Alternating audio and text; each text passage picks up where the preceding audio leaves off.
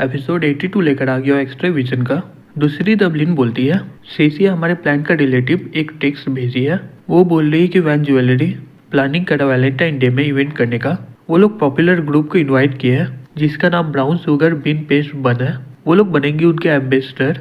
Young बोलता है Gary van jewellery. अब ये सब क्या है? लिन बोलती है ये वैन ज्वेलरी का कंपनी का ब्रांच ओवरसी तक फैला हुआ है और सॉन्गजिन के बिजनेस को संभालने के लिए प्रेसिडेंट वा को दिया गया है। यंग बोलता है ब्राउन शुगर बीन पेस्ट बन, ये किस तरह का बेकार नाम है? कौन ज्यादा फेमस है, सुया की वो लोग? लिन बोलती है हाँ बिल्कुल सुया है, वो ग्रुप तो अभी नए है। यंग बोलता है अब मुझ पे छोड़ दो सब कुछ। कुछ देर के बाद हमें सुया को दिखाया जाता है। वहाँ पर कोई उसका दरवाजा नॉक कर रहा होता है। वो ये देखकर अपने मन में बोलती है वैसे भी काफी रात हो चुका है, किसका इतना हिम्मत हो गया जो मुझे डिस्टर्ब कर रहा है। फिर वो बात देख के शॉक्ड हो जाती है और शर्माते हुए अपने मन में बोलती है यंग इतना रात को ये यहाँ पर क्या कर रहा है? क्या ये मुझे प्रपोज करने आया है क्या? तभी वो दरवाजा को खोल देती है। यंग अपने मन में बोलता है ये दरवाजा खोल दी, वो भी इतनी रात को एक अनजान आदमी के लिए, यहाँ तक कि ये कपड़ा पहनी हुई है। लिन बोलती है मेरा मैनेजर सो गई है तो उसे उठाना मत, मेरे साथ चलो। क्या तुम इसे ट्राई करना चाहते हो क्या? मैं इसे बहुत ही पीती हूँ। यंग बोलता है माउंटेन फ्रूट टी, क्या अभी भी लोग इसे बेचते हैं? फिर वो अपने मन में बोलता है असल में ये टी सॉन्गजेन का स्पेशलिटी था, इसे हर जगह बेचा जाता था लेकिन बाद में कुछ फेमस ब्रांड आ गए जिससे ये मार्केट से पूरी तरह गायब हो गए। लिन बोलती है मैं इसे खरीदी नहीं हूँ, मेरा एक स्टाफ मेरे लिए बनाया है। अभी के टाइम में फ्रूट टी बिकती ही नहीं है, वो लोग रेसिपी खरीद ली है जिससे वो लोग कभी भी बना सकते हैं। ट्राई करके देखो और बताओ कैसा लगा। यंग पीते हुए अपने मन में बोलता है जब मैं मिडिल स्कूल में था सुया और मैं एक फ्रूट टी पीते थे। हम लोग रोड साइड में बैठकर इसे पीते हुए बात करते थे। अब इसे पीने के बाद ऐसा लग रहा है कि मैं वापस चला गया। ये लड़की सुया से बहुत ही ज्यादा मैच करती है, इसका टोन एक्शन हॉबी सेम ही है और सबसे इम्पोर्टेंट बात इसका रिंग कहाँ पर है? क्या ये सही में मेरी सुया है क्या? नहीं बिल्कुल नहीं, एक पर्सन का अपीयरेंस इतना ज्यादा बदल कैसे सकता है? उसके अलावा मैं पूछूंगा तो बहुत ही अलग लगेगा। मैं सही में पूछना चाहता हूँ कि सुया कहाँ पर है, लेकिन मुझे नहीं लगता कि इसे इसके बारे में कुछ पता होगा। फिर वो बोलता है मैं तुमसे बात करने आया हूँ बिजनेस के कोलैबोरेशन के बारे में। सुया अपने मन में बोलती है और ये यहाँ पर काम के लिए आया है। फिर वो मुंह फुलाते हुए बोलती है मुझे भूख लगा है, अभी ये सही में बहुत ही बेकार होगा कोलैबोरेशन के बारे में बात करने का क्योंकि मैं भूखी हूँ। यंग बोलता है ठीक है मैं तुम्हें खिलाता हूँ, कैसा रहेगा कि हम लोग खाते हुए बात करें? जो नीचे वाला रेस्टोरेंट है वो कैसा रहेगा? सुया बोलती है चलो बाहर चलते हैं, मुझे डर है कि रिपोर्टर मुझे फॉलो करेंगे और वैसे भी मैं कुछ दिनों से होटल से बाहर नहीं गई हूँ तो रिपोर्टर अभी तक बाहर चल गए होंगे। फिर वो अपने मन में बोलती है तो इसे डेट मान सकते हैं। यंग बोलता है ठीक है चलो। फिर सुया कपड़ा पहनकर बाहर आ जाती है। यंग वहाँ के लोगों को बोलता है तुम लोग सही में बहुत ही बढ़िया काम कर रहे हो। एक आदमी बोलता है मिस सुया को प्रोटेक्ट करना यही तो हमारा काम है। क्या आप दोनों बाहर जा रहे हो क्या? आपको बॉडीगार्ड चाहिए क्या इसके लिए? यंग बोलता है कोई बात नहीं मैं संभाल लूंगा।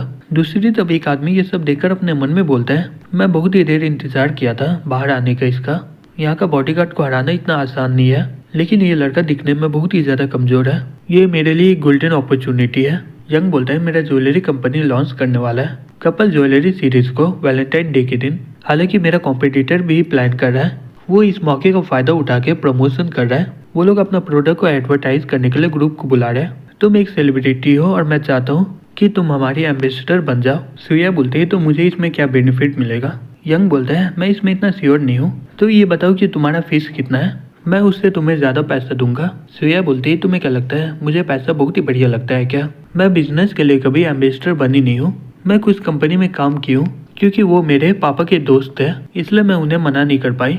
यंग बोलता है तो मुझे तुम्हारे पापा से दोस्ती करना होगा ना? सुया बोलती है तुम सही में बहुत ही दूर देख रहे हो जबकि मौका तुम्हारे पास बैठा हुआ है।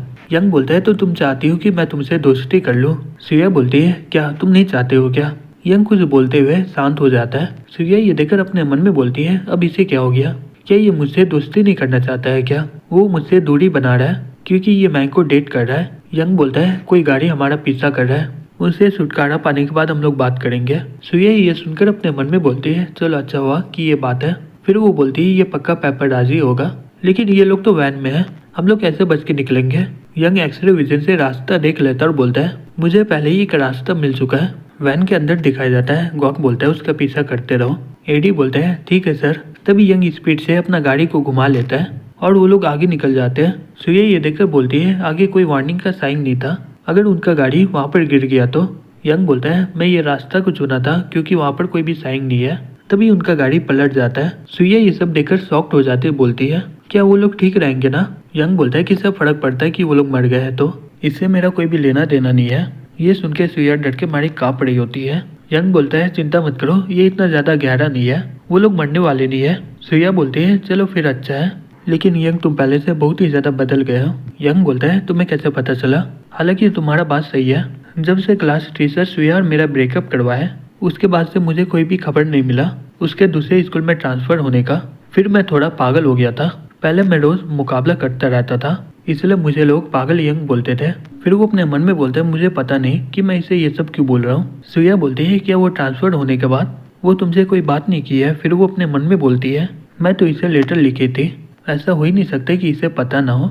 यंग बोलता है मुझे बाद में पता चला कि क्लास टीचर लेटर को छिपा के रखा था जो वो मुझे लिख के भेजी थी। सुइया ये सुनकर अपने मन में बोलती है तो इसका मतलब ये हुआ कि यंग मुझे इग्नोर नहीं कर रहा था, मैं अभी भी इसके दिल में हूँ।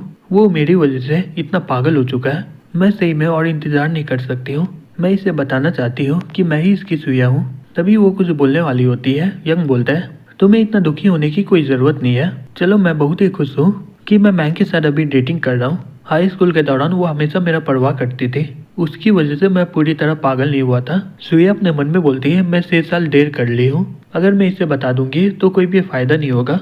फिर वो बोलती मुझे नींद आ रहा है, चलो वापस चलते हैं। और रहा बात एम्बेसडर बनने का तो मुझे इसमें कोई दिक्कत नहीं है, मुझे बता देना कि मुझे क्या करना है। यंग बोलता है क्या तुम खाओगी नहीं क्या? सुइया बोलती है मुझे भूख नहीं लगा है, अब मैं बहुत ही ज्यादा थक गई हूँ। फिर हमें आधे घंटे के बाद दिखाया जाता है यंग सुइया को छोड़ के वही जगह में पहुंच जाता है और बोलता है ओह यहाँ पर हुआ क्या था, अचानक से ये गाड़ी यहाँ पर कैसे गिर गया? डॉल्स बोलता है हमारा एक्सीडेंट हो गया है, क्या तुम हमारी मदद कर सकते हो क्या ट्रैफिक मैनेजमेंट डिपार्टमेंट को कॉल करने में?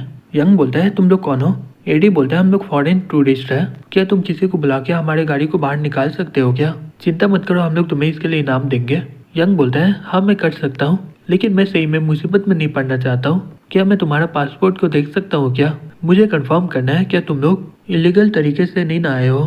फिर वो अपने मन में बोलता है फॉरेन टूरिस्ट, ये लोग हमारा पीछा क्यों कर रहे थे? एडी बोलता है दे दो इसे। यंग उन दोनों का पासपोर्ट को देखकर अपने मन में बोलता है ये एडी का मेरे से कोई भी लेना देना नहीं है, ये दूसरा राइटन का बेटा है, हालांकि मैं इसके बाप को मारा था लेकिन इसे इसके बारे में पता नहीं है, तो इसका मतलब ये हुआ कि ये सुइया का पीछा कर रहा है। यंग उसे पासपोर्ट दे देता और बोलता है चलो मैं अपने बारे में बताता हूँ, मैं सुइया का बॉडीगार्ड हूँ। अब ये बताओ कि तुम लोग उसका पीछा क्यों कर रहे हो? मुझे बेवकूफ़ बनाने के लिए ये मत बोलना कि तुम लोग पेपरडाची से हो। डॉल्स गुस्से से बोलता है तुम्हारी वजह से हमारा गाड़ी का ये हाल हो गया है। यंग बोलता है तुम्हारे पास कोई सबूत नहीं है कि ये काम मैंने ही किया है। जैसे ही डॉल्स उस पर हमला करने वाला होता है एडी उसे रोक देता, बोलता है शांत हो जाओ, हमें सही में उससे कोई दुश्मनी नहीं है, हमें सिर्फ मिस सुइया से कुछ सवाल पूछना है। यंग बोलता है जल्दी करो, मैं उसे बता दूंगा और कुछ करने का ट्राई मत करना, अगर तुम ट्राई किए तो मैं तुम्हें गारंटी देता हूँ तो तुम लोग सॉन्गजियंग से जिंदा नहीं जा पाओगे।